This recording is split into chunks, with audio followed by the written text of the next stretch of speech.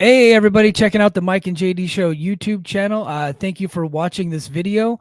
If you could do me a huge favor and hit that like button, make sure you're a subscriber, and also comment on this video and help us defeat the algorithm. I would greatly appreciate it. And while you're at it, if you like this video, head over to patreon.com/the Mike and JD Show and become a Patreon subscriber today, where you will get this audio immediately as soon as it's done recorded, way ahead of everybody else. And then, of course, it will be ad free.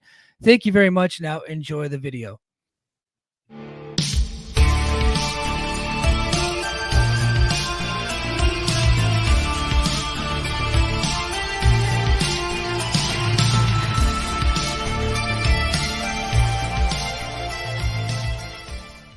It was a good show. It was a fun show. Lots of news to talk about. Lots of stuff to get into. I think that the top story, at least the top two things that everybody has been talking about online, that has created the most talk, were that the matches for Will Ospreay and Kazuchika Okada have been announced for Snake Eyes. The Snake Eyes event, which is the night after Hard to Kill on January 14th on Sunday night, has actually become the bigger show than Hard to Kill, which is pretty incredible. But that's all due to the fact that they're able to bring over New Japan talent. Hold on, swig of coffee for the working man. But so Will Ospreay will be taking on Josh Alexander in the rematch. They had wrestled at the Vegas tapings back in October, with Ospreay getting the victory. So Will Ospreay and Josh Alexander too. Look, they teased that that's what they were doing. I get the feeling that that was the deal the whole time. Alexander challenged him after the match, and Ospreay said that he wanted to be in TNA. I very much am a believer that this was set the whole time. And then I knew that TNA knew that he was going to AEW. They made him an offer anyway, but they had to know that he was going to AEW. So I think this whole thing has been in the works since they had agreed to bring Ospreay to Bound for Glory. I think this was the whole thing. So it's cool that they get to bring in Ospreay one last time before he heads off to bigger things over there in AEW. Now, there are some folks that are upset by this, that do not like the matchup because we've already seen it and Josh lost, and they expect that Josh will lose again. I disagree with that. I don't think Josh is losing this match. I think that he wins. I don't see if they're bringing in Ospreay to beat Josh one more time. And Josh is their top guy. He's not the world champion, but he's their top guy. If they're bringing him in to beat him one more time, then there's like, look, you guys can, you don't have to do it. The money that you're going to get from the ticket sales, which is at this point has not been that great, or the revenue that you would generate from putting the video on YouTube and all the other stuff, it's not going to be worth beating Josh again. I just don't see the point in that. And so I very much believe that Josh is winning this match. And New Japan is going to be beating Ospreay on his way out of New Japan as they send him on his way to AEW starting in February. So I don't think anybody will have any objections. I know people think that Tony Khan might try to veto it. If they do try to veto it, you just beat him anyway.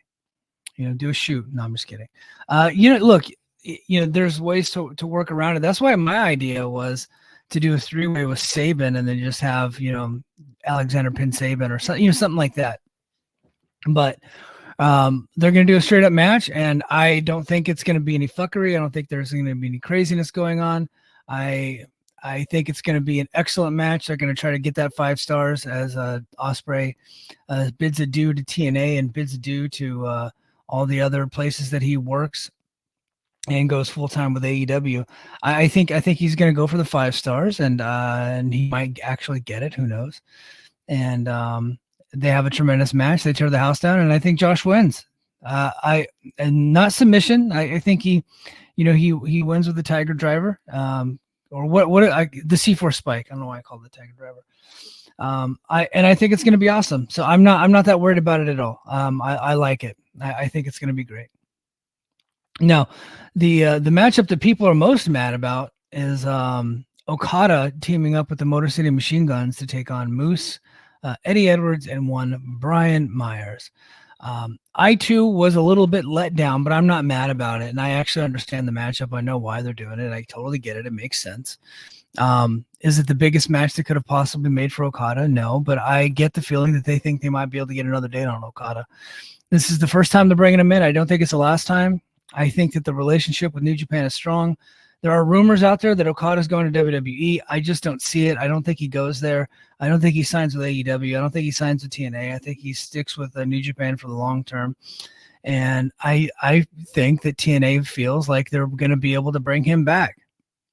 And hopefully this match that they're going to be doing will launch the next match for Okada, that they'll tease whatever that next match is. And whether it be against one of his tag team partners or against one of the opponents, either way, I'm cool as long as it's not Brian Myers. And I think that was the thing. And I made the joke about it. It's like, oh, wow, we've been waiting so long to see Okada and Myers, and we're finally get it. Look, I've watched so many of these crossover shows and that have been happening in the last couple of years. The Noah New Japan crossover, and then earlier this year they had the Noah New Japan and All Japan crossover show, and the Multiverse Uniteds and Forbidden Doors, and they've had some big matches, but they've also had a lot of matches that are tag team matches, and there's always at least one person in the tag team match that's there to take a pin. That's Brian Myers in this match. That's all it is. It's not that big of a deal. It's not like bad booking. It's not like, oh, they had Okada and they blew it. It's not that. They're going to bring in Okada. It's going to be a fun match, and he's going to hit the Rainmaker on Brian Myers. Myers will be looking up at the lights, 1, 2, 3, and it's going to be fun. And it's going to be a good match. And I don't think it'll be the last match. Now, if it comes out that this was the only time they're ever going to get Okada, and this was the best they could do, okay, then that would frustrate me. But I just think that they're going to get him again, right? And you don't have to have the biggest match ever every time. You don't like you're probably going to get him for more. So just, let's build up to a match, right? You don't have to give the big match right away.